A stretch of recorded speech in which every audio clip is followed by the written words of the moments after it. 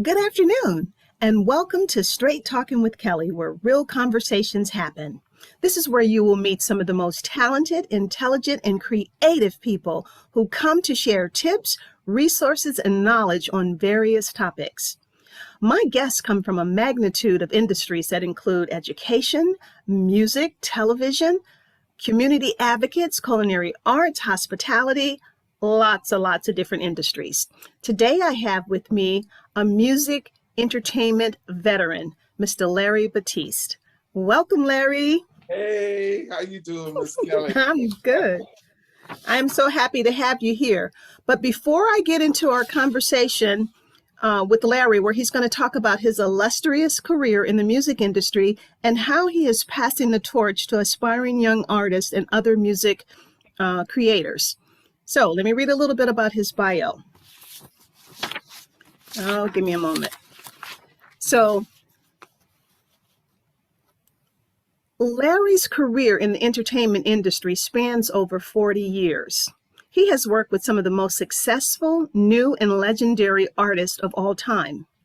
He is best known for musical directing the Grammy Awards and the TEC Awards at NAMM. He has a natural talent for understanding and working in all genres of music. So audience, this doesn't really describe his contributions to the music industry. You will hear so much more as we delve deeper into our conversation. But before we do, I'd like to walk down memory lane with Larry, because I met you when I became a board of governors with the Recording Academy. I don't remember what year it was, but I remember I still have my welcome letter from Marianne Zaworski, who I absolutely adore. She's next on my list. Oh, great. And then you and I, so not only did we serve as board of governors together, but you, me, and Michael Axon, we created the Urban Outreach Committee, where we were out there in the communities, educating communities of color about the work that the Grammy does. And we had so much fun, Larry. Don't you agree? Oh, we had a wonderful time. Because there wasn't any of us people of color. So, we just loved each other up. Every time we Exactly. said, oh my God, who's exactly. that? First walked in the room. Exactly. And then Merle Saunders, I think Merle Saunders was the executive director at that time. Yes. And then I also served on the advisory board with you over at the SAE Expressions College over in Oakland with Marianne Zaworski. Again, see, she keeps coming up. I love her. And that was Chris. What was Chris' last name? Chris Coladas, that actually was the ED over there. Yes, yeah, you have a good memory. I know it was Chris. But yes, it was Chris Coladas. Yes. Oh yeah. So that was it. And then I remember you and I was on the committee with you with Music Cares. Yes. And one of the things that I remember most about you, Larry, after I left the Grammys, I was with the Grammys for like 18 years. Mm-hmm. And after I left, I know that I could always pick up the phone and call you, especially if I knew an artist was struggling with some kind of needing help and stuff. I'm like, hey, Larry, guess what? And you're like, okay, send me their number, give me their email, and you'd reach out to them. So I always know that even though I was no longer a part of the Grammys, that I still had you there. So that was also very heartwarming for me. I really think that's part of our gig, here on earth, is to lift each other up and to help each other live our best lives. And so that's what we do. That's just you're the same. Well, you know what? So Larry, now we got to get into some of the nitty gritty stuff. I'm sure the audience wants to know where you were born and raised and all that other good stuff. So tell us about that. Well, long story, but I was born in Fairbanks, Alaska. Oh. And my story is that I ran away at 2 years old. My parents followed me and we decided to stay. So, but I grew up in Oakland, California, and the truth is that my parents were traveling, and for some reason, and my father wasn't in the military at that time, and he wasn't working on the pipeline, but they got to Fairbanks, Alaska, and decided to stay and hatch me. I was born there, and then they came on back. There's some sense, because I imagine I've been back there just to visit to see where I was born. I took a gig playing Fats Waller in a play just to see where I was born. And I was wondering why they was paying me so much money. It was in February. And when I got there, it was 60 below. Oh. And I was there for about 20 minutes, and I've said, okay, I see where I was born. I'm ready to go back home now. But I just, I I know just that's right.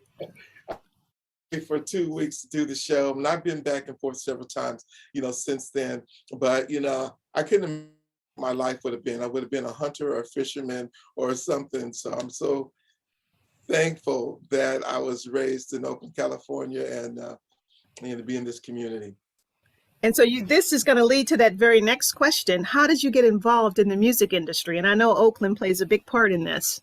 Yes, it's really a long story, but basically, I never thought about being in the music industry. I just loved music. And so I started, my first instrument was trombone. I started playing that in the 4th grade. And that just evolved into, playing in all the bands, the concert bands, the bands after school, the jazz bands, the soul bands, and all that stuff. And then that evolved into me going to school, trying to figure out what I was going to do. Okay. What are you going to do? And so I decided to be a music major, and that led into me learning all types of things in the music. So part of that program is that each quarter you had to study a different instrument. I didn't know at that time I was being set up to be a musical director, but so you had to take a semester of violin, a semester flute, and all that. But what that did for me was gave me a great understanding of all the different instruments, the violin and their ranges.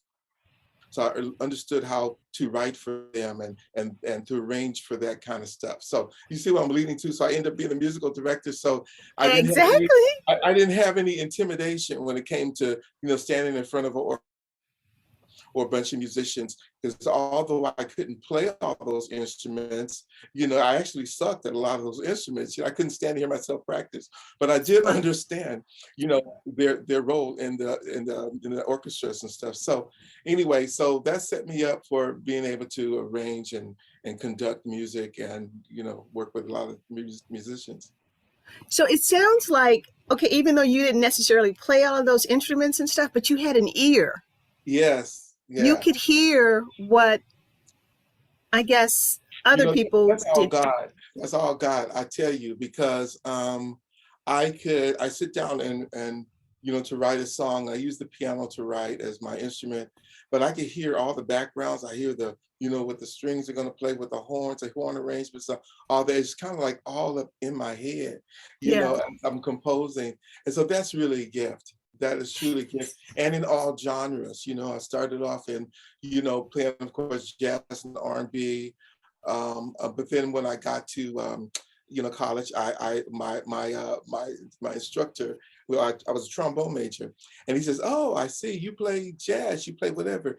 And I said, "Yeah," I was really proud. He said, "Don't worry, we'll fix that." I'm going I said, "Oh my God." And so I basically dropped those genres of music for a few years, and I studied classical music, and went to a whole nother thing. And most of my friends, I was the only Black person in the room most of the time. So I got into rock, rock concerts and all that, and learned to love all the genres of music. And as long as it was excellent, and I just found the jewel in all genres of music, and so, and that was a gift. And then I was able to return to, me, my music. It's like driving, but I definitely gave me great understanding and appreciation of all genres of music. So, when you were describing how you could hear all of the different instruments and how the sound goes when you're writing this stuff, Michael Jackson was like that. Yes, absolutely. Michael Jackson. Yeah. So when you said that, I was like, and that's it is a gift. And the simple fact that you understand that it's a God-given gift and that you use it, I think this is a beautiful thing. Yeah, it really is. I hear stories of, Michael, although he couldn't play any instruments, he would have the musicians come over his house, and he would go, doom, doom, doom, doom, doom, doom. Exactly. You know what I mean? And he would, exactly. And put it all together, so that's amazing. He would be the instruments. Now, so the other thing that I remember about you is that, so after you got out of school and started doing things, your recording career started like in 1979 when you were with Bill Summers. Tell me about that.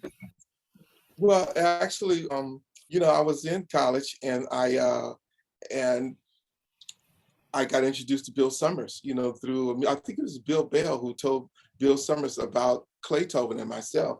He wanted, I don't know if people know who Bill Summers is. He's a major, percussionist. And he was he did all the drum work and percussion work for the miniseries Root. Okay. Oh, wow. People running through the jungle, he would create all the African Okay. sound, Okay. actually created the that was all Bill Summers. And Okay. so he was so successful there. He went on to join the Herbie Hancock band as part of the Headhunters and got his own record deal. Now he needed to write songs and he needed to partner with some other people, and that was Clay Tobin and myself. So we had a great career. We did a record for Fantasy Records, and then we signed a more major label with MCA. And so we co-produced and co-wrote all of the albums, for that situation. It was great. Wow. Yeah, and you've worked with some wonderful people. I know you've worked with Whitney Houston. You've Yeah. worked with Patty Austin, Al Jarreau. I mean, the Yes. list goes on. And then we won't even talk about, we haven't even got to the part where being the music director of the Grammys, because just think how many people you met there. Yeah. And so, so that's why I told the audience, you know what, guys, we were just touching a little bit on his career with the bio that I read. But the more we talk, the more they'll get to understand just how deep in the music industry you really are. So Yeah. now tell me this. I remember there was a screening at Skywalker Studios with Leslie Ann Jones when I was a board of governors, where they took us to see the musical Rent. Yes. I remember that, and I was like, oh my God, Larry and Clay Tobin were singing. You guys were singing in that. Yeah, that was really pretty amazing. Although in the end, our credit never appeared, but But I know that you guys were in it. oh, Yes. baby, we were in it and we got paid and we did all the stuff, but they just forgot that part. But that was an incredible experience. A friend of mine called me and she told me about it. They said they're looking for singers, but beyond that, they're looking for somebody to contract all the singers. They're going to do the soundtrack here. And so I ended up being the contractor on that gig. And for those who don't know, that means that I hired all the vocalists involved in that recording and then was able to perform on it as well. So that was an incredible experience. I had a chance to hire all my friends. And so we went on down to Skywalker Ranch and that was great. I love the musical. And so great experience. Yeah. And it was a great musical. I love that musical. Yeah. Now, I know that the Oakland Symphony also commissioned you to compose and orchestrate some of their compositions. Tell me a little bit about that. Well, that came about because Mike Morgan with the Oakland Symphony, they had this grant for composers who are not composers of classical music. They don't have the track record of that. And so they called on me to be an advisor and to help them find artists, and composers. Oh, okay. And so I recommended Patrice Rushen one year. Then another year, they called me and I recommended Narda Michael Walden with Carlos Santana. And so that was the point of the program. People who don't normally do classical music. So probably about the third or fourth year when they called me, I figured they was going to, they're looking for another recommendation. So I had a whole list already of people to recommend, but then they said, no, we want to commission you. Oh, nice. Nice. So Wow. I said, what? So that was another exciting time. And of course, I called my musical partner in crime, Clay Tobin, and we both did compositions. And that was really the coolest thing about that is actually hearing all these things in your head, like I talked about before, happening when it comes to fruition, and we was using this program to really put things together, but to actually hear the strings, everything being played, it was like, it just brings you to tears. And, Yes. and most of the time, we're dealing with people who don't have budget. Yeah.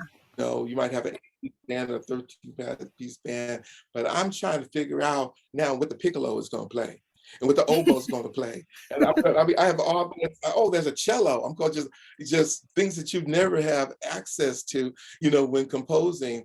And what's the timpani going to play and all that kind of stuff. So that was a real interesting process, and just something that I will never forget. I'm just grateful. It was the full orchestra with, I think it was 200 voices. Oh, wow. Yeah, That's a lot. That's a lot. So, Larry, there are so many layers to your talent, and I want to touch on as many as I possibly can. So talk to me about your work as a songwriter and producer. That's a lot. I have Well, just a little bit. Just give me a little bit. Just to give the audience a little taste. Like, tell me, what's behind you? What are these gold records behind you? Well, there are different projects I've been involved with, and either I'm singing on the project, or I've written or arranged something on the project, and I don't really think about it much. I'm just going, you know, I'm just feeding people. I'm keeping the family fed, and I'm, you know, and I'm being creative and all that. So it's nice to look at every once in a while just to remember, you know. Absolutely. And so you earn that. Yeah, well, I just go forward, you know, I just keep, you know, knock out one thing and I go, okay, what's next? And do that. And so I'm really concerned mainly with just trying to evolve, trying to be relevant, trying to be creative, trying to live a good, meaningful life. You know, I never really want to reach the top, because what is that? You know, once you get to the top, there's nowhere to go but coming back down. That's right. It's like, you know what? I want to stay level. Can I stay level?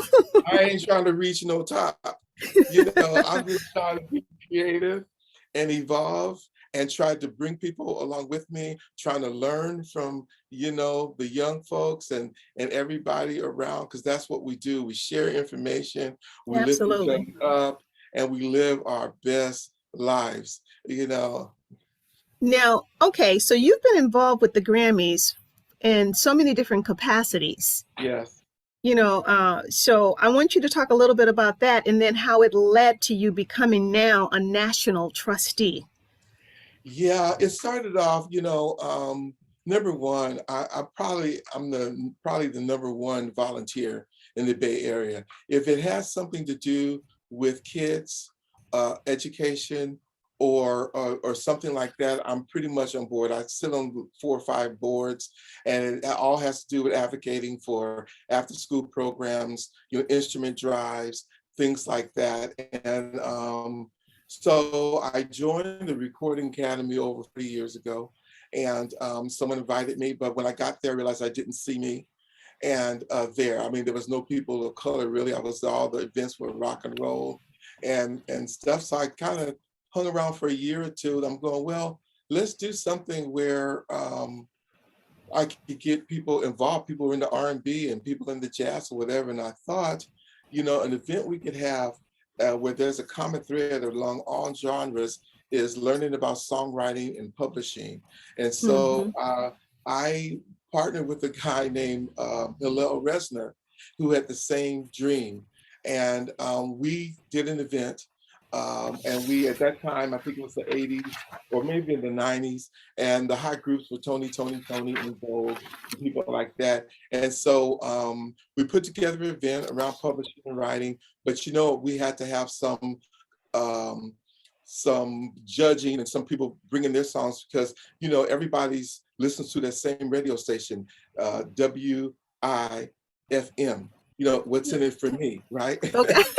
Wait a minute, I'm thinking you're getting ready to say a real radio station, and you but you know, it's like people have to have an opportunity to showcase their music while they're learning. And then, you know, us Black folks, we got to have some food. So I got people, you know, we had the chicken going on and the whole thing. Right. And then we got an opportunity for people to be seen and heard. And then we have an opportunity to share some information about what they were doing. So it ended up being a very successful event. We were sold out. I don't know if you remember Kimball's East. Yes, I do. Yes. And so we had it there. And the event was so successful, I just kind of to put a spotlight on me. And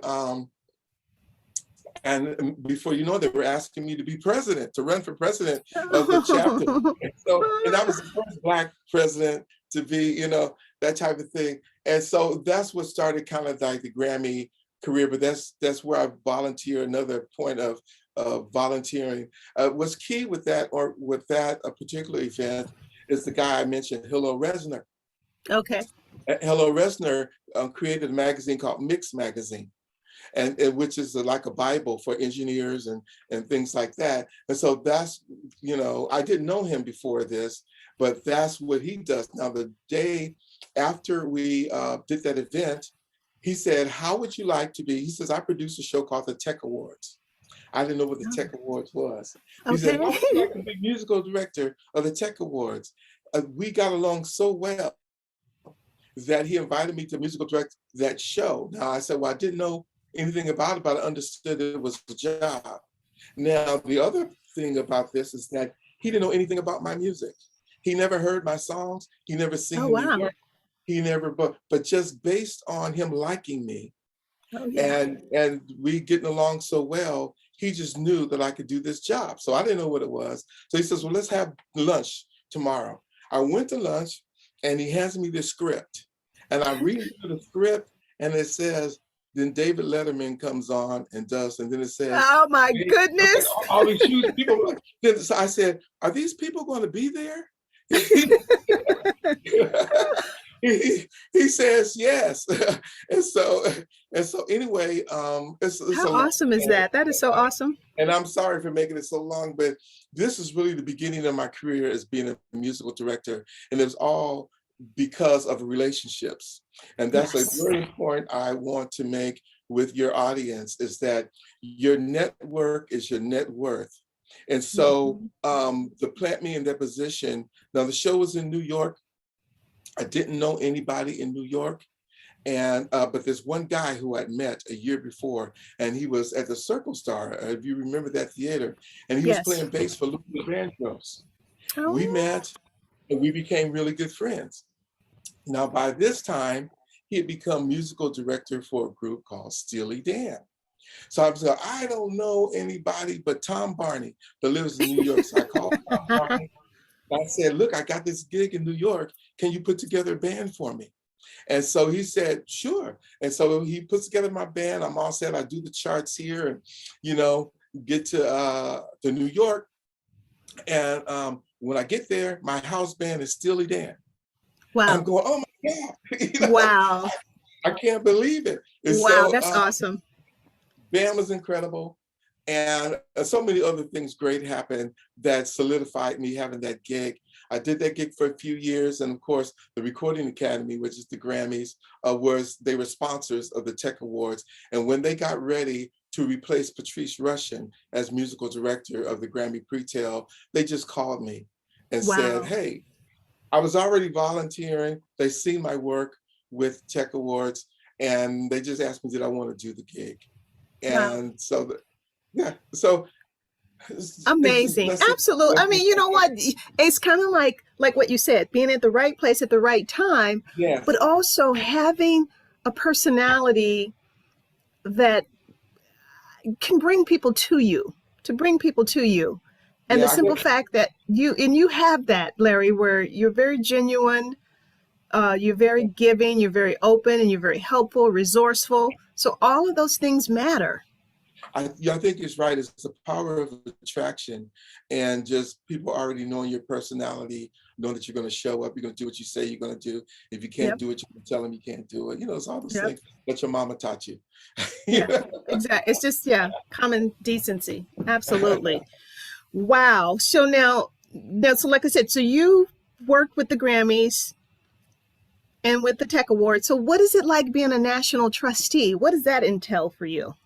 Well, that is basically being a fiduciary of the organization, making financial decisions, reading proposals for people who want to change things or whatever, and weighing all these decisions and kind of running the organization and their business. And I'd taken 5 years off of being involved with the Recording Academy up until June of 2020.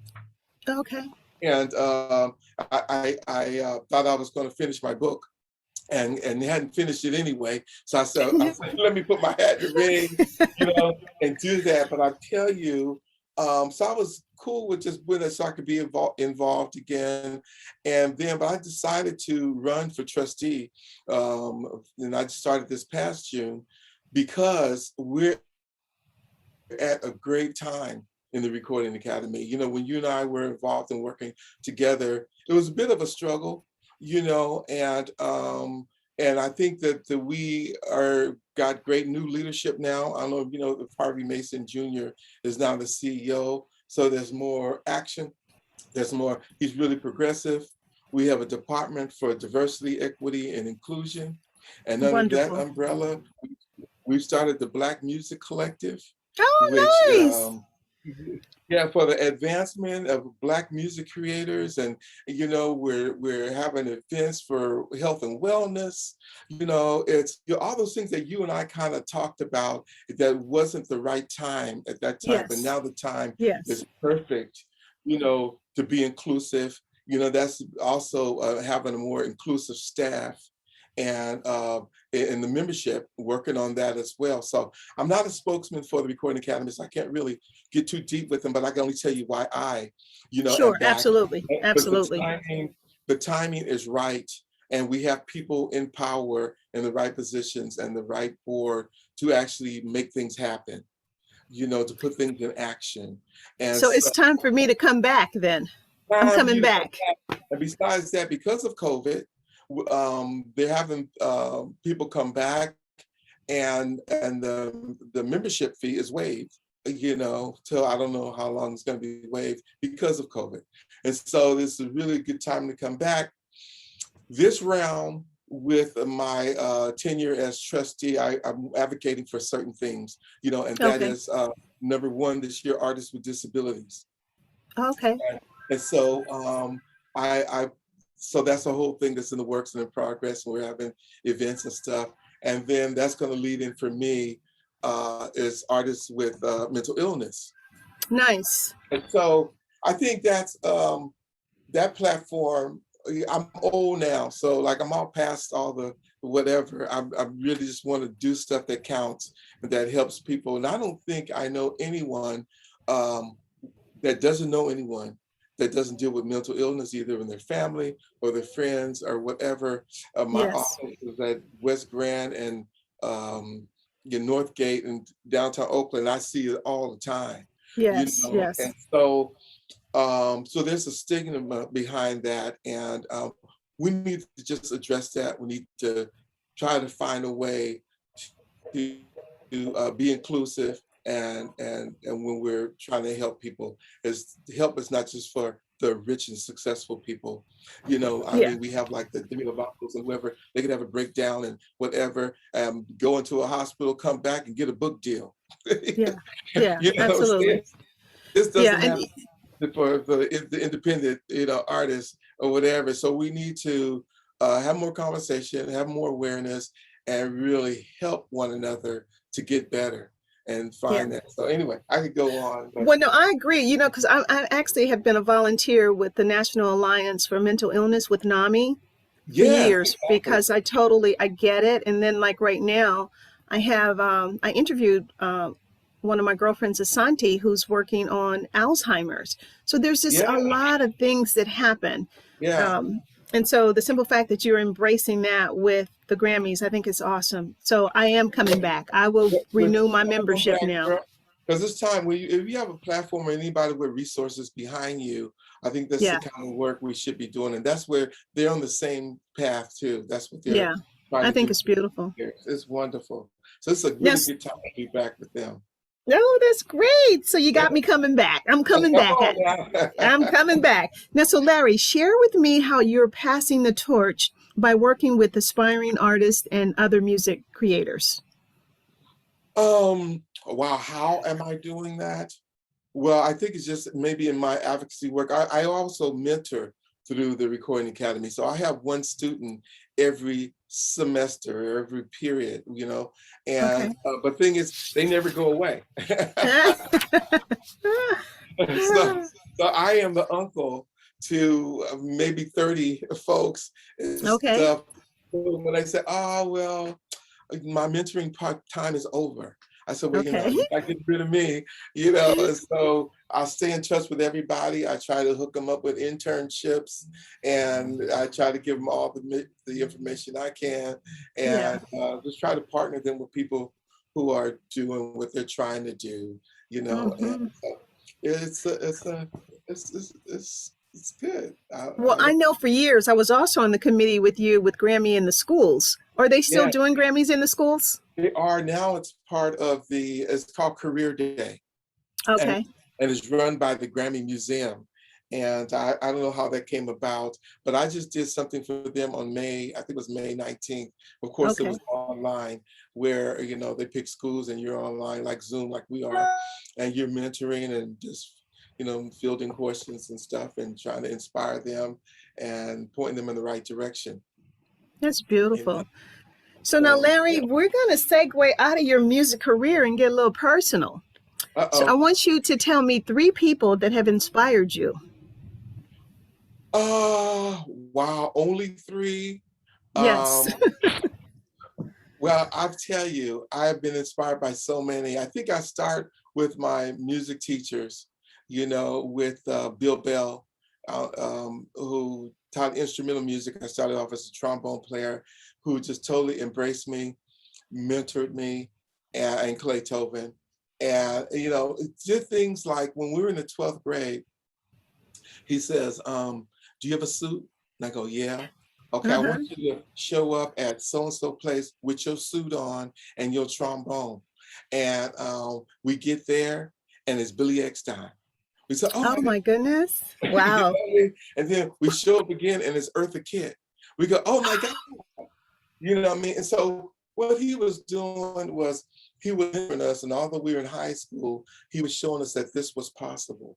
You Yeah. know, so that did so much for me. You know, I believe that I could be successful because Bill Bell told me I could. Hmm. You know? Nice. And Very that's nice. all I want to do for other people. And the vocal person was Phil Reeder. I went to Castlemont High School. We had the Castaliers. And with that group, we traveled to Europe in the 12th grade and all this. This showed me that travel was possible. I could get out of Oakland. I could do, and people would embrace you and all that. Then I had a mentor, this Jewish guy named Jeffrey Graubart. When Clay Tobin and I was in the 12th grade, we started our publishing company. We said, well, we need to talk to somebody that knows something. We need to, you know, find an attorney to talk to. And so we looked up the biggest attorney that was happening in the Bay Area. And this guy was Jeffrey Graubart, and he was attorney for Janis Joplin, Journey Santana, and all the big people. Now we two little black kids, you know, we think, so we called him up, you know, and he took our call and made an appointment with us. Wow. So we saved up $125. We said this should be enough, Hmm. and we went on in. And when we got in that office, he had a big office in Ghirardelli Square, and he kind of chuckled when he saw us because he thought we were like, you know, adults, and we were like Right, 12th right. graders with big briefcases. Briefcases were bigger than us with nothing in it. So, But you had the look. You had that so we look. had to look. So he looked at us and we told him what we wanted to do. We wanted to start a publishing company. This man was so nice to us. He took the day off. He told his secretary to cancel all his appointments. He talked to us about the ins and outs of the business and what we should look for in a contract and all this type of stuff. So he was the business mentor, you know, and I'm telling you, at the end of the day, he took us to lunch. And then at the end of the day, I said, sir, how much do we owe you? And he said, that's all right. You guys are really going places. We just forget it. I said, no, because 125 was burning my pocket. Wait, I was you saved that money, right, right. I was ready to pay, you know. And so he said, are you sure? And I said, yeah, I'm sure. He said, well, are you sure? I said, yeah. He said, okay, 7 hours times $375. I went, I just, I had to back down. I cleared my throat. I said, oh, second hand, sir. We just gonna, take you up on your offer. But he was so nice. He called us like once a month and said, okay, what are you working on? Let me see that Oh, contract. Let me and guide oh, it. So, beautiful. he was just so many, he was a mentor in that way.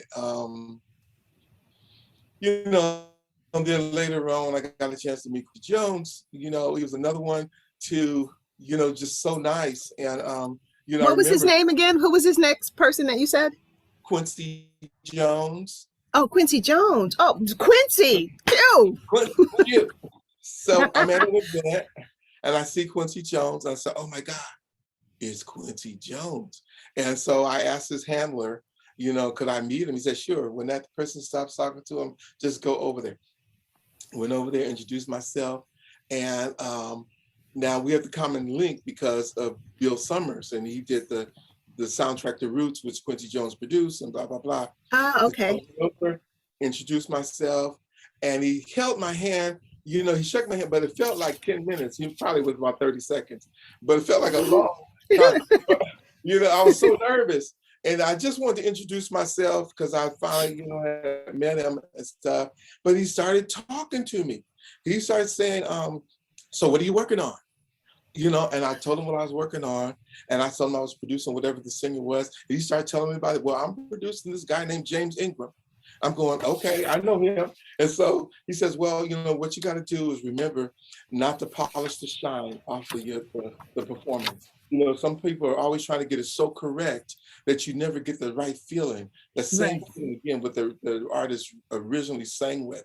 So that was great advice. And then he asked me something else. Now, this time I'm like, I'm going crazy because I can't believe I'm talking. He's actually having a conversation, So it's like, I don't know, I probably sound like a fool because like, I'm so busy thinking like, he's talking to me. He's asking me questions. I know, that's right. Isn't that wonderful? I'm all in between my head and stuff. So I thought that was just so nice. He gave me some great advice. And the next time he gave me great advice again, and then it kept going on and on every time we met. And so he doesn't know it, but he's a mentor. Okay, that's awesome. That is awesome. So now, Larry, when I go back and name the three people that you named again. So it was Bill. I'll say Bill Bell / Phil Reeder, which was my high school teachers. Okay. And I would say Jeffrey Graubard. Okay, the lawyer. With the lawyer. And I would say Quincy Jones. And I also would have to say, include my business partner, Clay Tobin, because that's what I was getting ready to say. I was going to bring him up. I was going to say that you talked about Clay Tobin through this whole thing, and Clay Tobin is awesome. You know why? Because I'll be 65 in a few weeks, and I met Clay Tobin when I was 10. Wow. You guys go way back. Way back. And so in terms of just genius, we met in competing bands, in a battle of the bands back in the day. And I met this guy and we became friends. I think we did win, but they came in second. And realized that he lived really close to me. And so we started connecting and we just have this talent, and but just really he's inspired by my talent. I'm inspired by his talent. And it's amazing that after, how many years is that? 45 years, wow. 65 years. That's beautiful. We are still friends and, have the publishing company still and all this type of stuff. But you guys are more than friends. You guys are family now because you guys, your kids grew up together and so you guys are definitely family now. Oh, yeah, it's a family affair, most definitely. Oh, yeah, absolutely. Now, I would like for you to tell me, what would the 9-year-old Larry say to the grown man Larry today? I would say pay attention. I would say pay attention, and I was a pretty good kid though. Music. I think music, like they say, a mind is a terrible to waste, or whatever the slogan is. Yeah, a mind is a terrible thing to waste. Yes. Yeah, but being busy keeps you out of trouble. I grew up in the hood. I grew up in Brookfield, in Oakland, California. And, on my way to school, I walked by winos and stuff like that every day and all this kind of stuff. And one thing I did know is I didn't want to be one of them, but I was too busy to be in trouble, you know. So I was always in a band. I always had rehearsal. I always had a whatever, and so I was really too busy doing this thing to get in trouble or to get in kind of mischief. And so that's just a blessing. I'm going, God, why me? You know, there's so many people that don't find their niche. You know, I Yeah. think there's something for everybody, but you have to find it, recognize it, and then really make the best of it. And Yeah. so, but I think I did pretty good in terms of, but it was really music that really saved me, I think, from all the stuff that I could have gotten into. And Yeah. I just feel so blessed because I'll tell you where I come from. And when I'm sitting off somewhere in some wonderful place, I'm going like, Okay. this I did this good. You're like, is I did all right. I did okay. you know, and it's not me, and I recognize that it's not me. You know, it is definitely God who's got me here. So That's beautiful. So now, as we get ready to wrap up, is there anything you would like to say to the listening audience? And actually, what you just said was very wonderful, but I'm sure there's something else you can say to them. But I think the listening and following your passion is key. yeah, I think following your passion is really it. But I think that anybody who wants to have a career in entertainment industry or probably any industry, you know, I would say become an expert at something, at Mm. whatever you're known for, so that, you know, when people putting out their money, they know that they are, you know, they're paying for something. What will people pay for? Yeah. You know, and so that means that you have, if you're a singer, if you're a musician, if you're a manager or whatever you are, become an expert at that. So Yeah. you can be at the top of your game. And the thing is, we have multiple talents, but don't spread yourself too thin. You know, become an expert at something and then develop all the rest of the skills. You know, become a great listener and communicator. You know, I have a friend who he does song placement in films and stuff like that. And something he told me, he says, you know, most of the time composers want to show off, you know, what they could do. But if the director is asking for a peanut butter jelly sandwich, don't give him a steak, you know, Okay. because to show you, hey, I can make a steak. But that's not what he's looking for. Right. You know what I mean? So be a good listener, be a good communicator, be responsible in all those things that your mama taught you. And then lastly, I would say find a mentor. Find somebody that you could trust and share your dream with them. And you know, I think those are the key things. Be a joiner. You know, success doesn't happen in isolation. You know, your network is your net worth. So, you know, it's powerful when you can pick up the phone, call somebody, and make something Absolutely.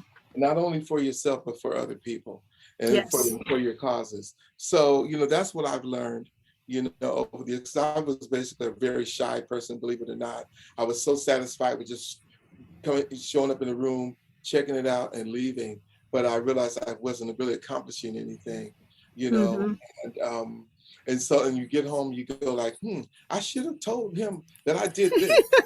You know, Shoulda, coulda, woulda. I Shoulda, should have, coulda, woulda. I should have, Absolutely. so Yes.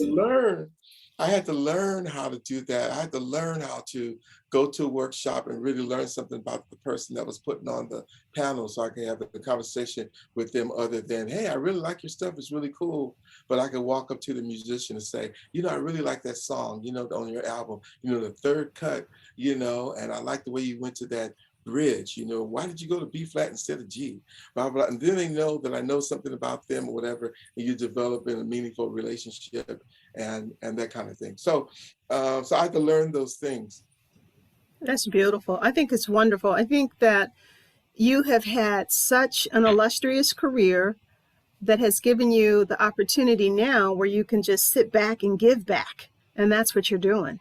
So Yes. you're no longer climbing that ladder to grab that brass record because you already got it. So now you can just sit back and really be of help and service to others. Now, how can the audience reach you if they want to be in touch with you? Well, I'm on Facebook a lot.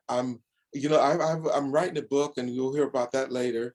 Okay. But so my publisher tells me I need to be on Instagram. I have an Instagram account, but I'm too busy to use it. Okay. You know, Sure. so, yeah, So Facebook is it basically. Facebook's basically it. And my email address is, I don't know if you could put that somewhere, Well, but you know what? It'll actually be in your, when I post the video, they'll have that information. They'll have your contact information there.